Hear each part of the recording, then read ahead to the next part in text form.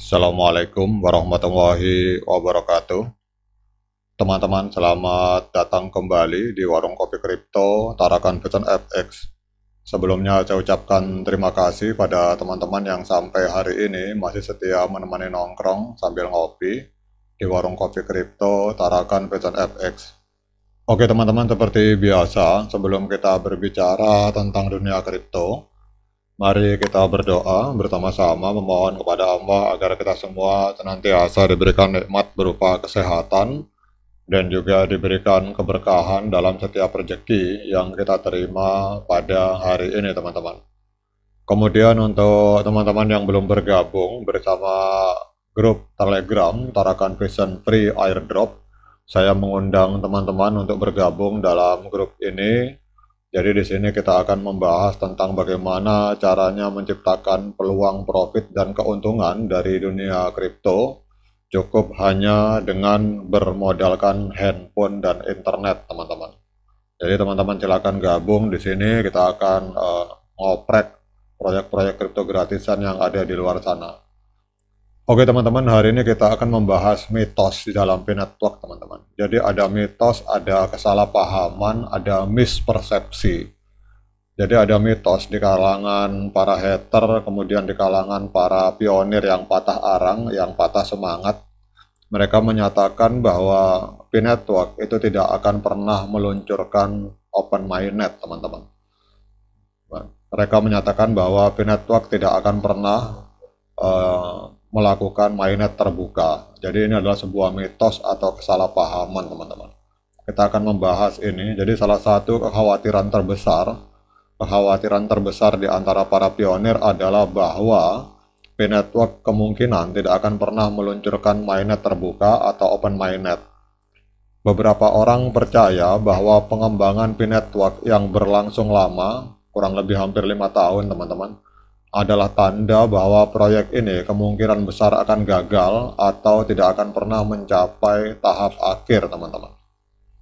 Namun perlu diingat bahwa pengembangan proyek blockchain yang inovatif itu memerlukan waktu, teman-teman. Jadi P-Network sedang membangun infrastruktur yang sangat kompleks yang mencakup keamanan, skalabilitas, dan kegunaan yang semuanya memerlukan pengujian dan pengembangan yang ekstensif, teman-teman. Jadi tim developer atau tim pengembang P-Network, Dr. Nicholas Kokalis dan kawan-kawan, ini telah memberikan pembaruan secara berkala mengenai kemajuan dari proyek ini. Dan setiap fase yang dicapai menunjukkan bahwa mereka semakin mendekati peluncuran mainnet terbuka atau open mainnet. Selain itu, komunitas P-Network terus berkembang dan partisipasi aktif dari 60 juta pengguna itu menunjukkan bahwa proyek ini memiliki dukungan yang kuat dari basis pengguna global, teman-teman. Yang perlu diingat dan penting untuk diingat adalah bahwa peluncuran open mainnet atau mainnet terbuka itu adalah langkah besar dalam pengembangan P-Network dan memerlukan persiapan yang matang untuk memastikan keberhasilan jangka panjang. Oleh karena itu, meskipun membutuhkan waktu, ini adalah tanda bahwa tim dari P-Network berkomitmen untuk meluncurkan proyek ini dengan cara yang benar, teman-teman.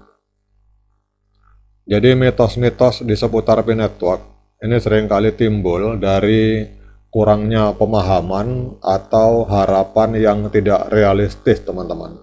Jadi penting bagi kita untuk selalu mengacu pada fakta dan informasi resmi yang diberikan oleh tim pengembang P-Network. Dengan memahami realitas dan menghindari mitos yang menyesatkan, kita dapat mendukung perkembangan P-Network dengan cara yang lebih konstruktif dan realistis, teman-teman. Kemudian mitos-mitos ini, teman-teman, mengapa penting memahami realitas dan menghindari mitos seputar P-Network? Sama dengan ada mitos yang kemarin menyatakan bahwa P-Network adalah skema Ponzi. Itu adalah termasuk mitos, teman-teman, atau mispersepsi. Jadi P-Network sebagai salah satu proyek cryptocurrency yang sedang berkembang memang benar telah menarik jutaan banyak pengguna di seluruh dunia. Dengan jumlah pionir yang terus bertambah, Berbagai informasi dan spekulasi pun bermunculan, termasuk sejumlah mitos yang seringkali tidak berdasar, teman-teman. Jadi mitos-mitos ini atau asumsi-asumsi negatif ini, seperti P-Network adalah skema Ponzi, kemudian P-Network tidak akan pernah open mainnet, ini biasanya lahir dari kurangnya pemahaman atau ekspektasi yang tidak realistis. Oleh karena itu sangat penting bagi kita untuk selalu mengacu pada fakta dan informasi resmi yang diberikan oleh tim pengembang dari P-Network. Salah satu penyebab munculnya mitos atau kesalahpahaman tentang P-Network adalah ketidaktahuan atau pemahaman yang keliru tentang bagaimana P-Network sebenarnya berfungsi. Sebagai contoh adalah banyak yang beranggapan bahwa P-Network adalah skema cepat kaya di mana setiap orang bisa mendapatkan keuntungan besar dalam waktu singkat, teman-teman. Padahal P-Network ini adalah sebuah proyek jangka panjang yang bertujuan untuk menciptakan mata uang digital yang dapat digunakan secara luas. Ekspektasi yang tidak realistis ini seringkali diperparah oleh informasi yang tidak akurat yang beredar di media sosial dan komunitas online. Beberapa pionir kemungkinan mendengar rumor atau klaim berlebihan tentang potensi nilai dari P-Network, seperti anggapan bahwa satu koin P itu bisa bernilai ratusan ribu dolar. Meskipun menarik, klaim-klaim seperti ini tidak didukung oleh data atau analisis yang valid dan bisa menyesatkan banyak orang, teman-teman. Untuk menghindari terjerumus dalam mitos-mitos yang tidak benar, sangat penting bagi kita untuk selalu merujuk pada sumber informasi yang dapat dipercaya.